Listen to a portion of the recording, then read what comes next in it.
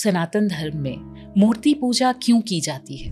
और जब मूर्ति का वास होता है तो मूर्ति के अंदर भी अगर वो प्रतिष्ठित नहीं है तो उसका कोई फायदा नहीं। अगर आप गणेश जी का पढ़ेंगे तो पृथ्वी जो स्टार्ट हुई है तो उसमें सबसे पहले गणेश जी भी है। फिर जब होता है कि गणेश जी को हर जगह तो स्थापित नहीं कर सकते, छोटी छोटी पूजा में।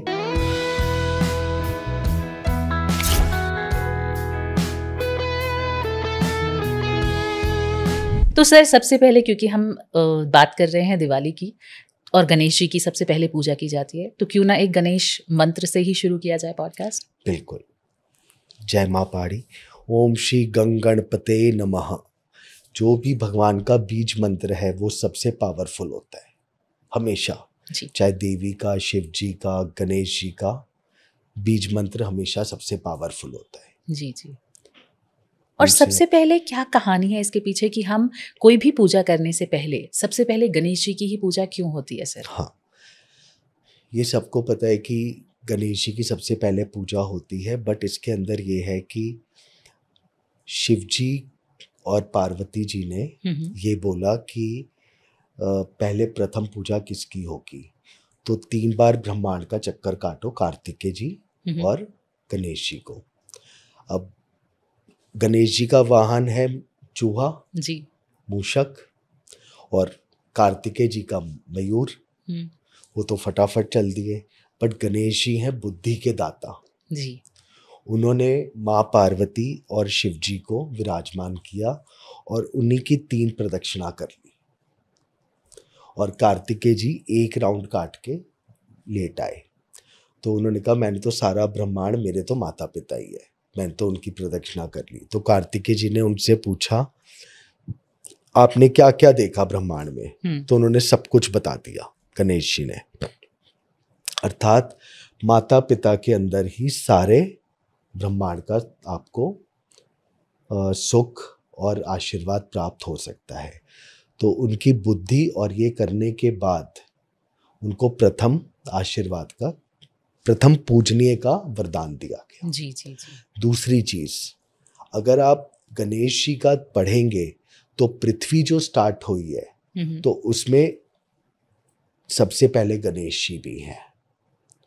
ये उनका दूसरा रूप है। अच्छा।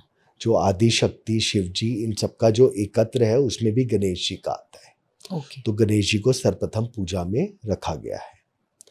और फिर जब होता है कि गणेश जी को हर जगह तो स्थापित नहीं कर सकते, छोटी छोटी पूजा में, तब उनको वरदान दिया गया था कि जो साबुत सुपारी होती है, अगर आप पूजन में सुपारी के भी गणेश जी बना देंगे तो उनको गणेश जी का रूप माना जाए। हाँ, जनरली तो यही होता है। या तो सुपारी या फिर आप प्रतिमा, गाय का वो गोबर से भी आप वो बनाते सुपारी हैं। और ये करके कि अगर आप सुपारी को भी स्थापित करते हैं पूजन में तो उनमें गणेश जी का आह्वान होता है।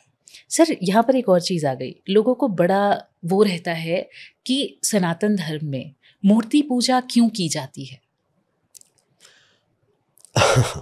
जो पहला युग है तब मूर्तियां नहीं थी। आज भी यंत्रों की प्रधानता है। अगर आप आज भी किसी भी मंदिर में जाएंगे वहां पर यंत्र स्थापित होते हैं। एक्चुअली में देवी देवताओं का वास यंत्रों में होता है। तो मूर्ति पूजा एक बाद में प्रचलन हुआ, बट प्रॉपर पिंडी और यंत्रों में देवी देवता का वास है। और जब मूर्ति का वास होता है तो मूर्ति के अंदर भी अगर वो प्रतिष्ठित नहीं है तो उसका कोई फायदा नहीं है। अच्छा, मूर्ति को लेकर भी एक चर्चा चलती है सर कि घर में 1 फीट से ऊपर की मूर्ति नहीं होनी चाहिए। हाँ। मंदिर के लिए होनी चाहिए। हाँ।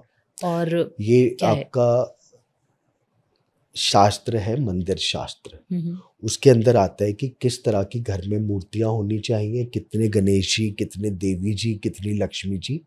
उसके अंदर एक साइज निर्धारित है कि 4 इंच के करीब आप मूर्तियां रखें, सबसे अच्छे है, और उनकी चर प्रतिष्ठा करें। लेकिन भगवान के मंदिर में या अगर आप घर में भी वो कर सकते हैं तो उसकी प्राण प्रतिष्ठा होती है। उसके अंदर आप किसी भी तरह से मूर्ति का साइज कर सकते हैं, बट अगर आप प्राण प्रतिष्ठा कर लें तो आपको हर हाल में पूरे नियम पालन करने पड़ेंगे। जो जैसे मंदिर के होते हैं, खुलने का समय, आरती का समय, पूजन का समय, भोग का समय, सारे नियम पालन करने होते हैं। ओके। जो आपके चर प्रतिष्ठा होती है और जो मूर्ति चरायमान होती हैं, फोटो या मूर्ति, उसके अंदर आपको इन सब नियम का कोई दिक्कत नहीं है। लेकिन आजकल तो लोग घरों में भी रख रहे हैं बड़ी मूर्तियां और रख रहे ये हैं, सारी चीजें। रख रहे हैं, तो इससे क्या ड्रॉबैक क्या होता है? कलयुग है ना। कलयुग में क्या क्या बोला गया है, धर्म धीरे धीरे कम होता जाएगा, पाखंड बढ़ता जाएगा।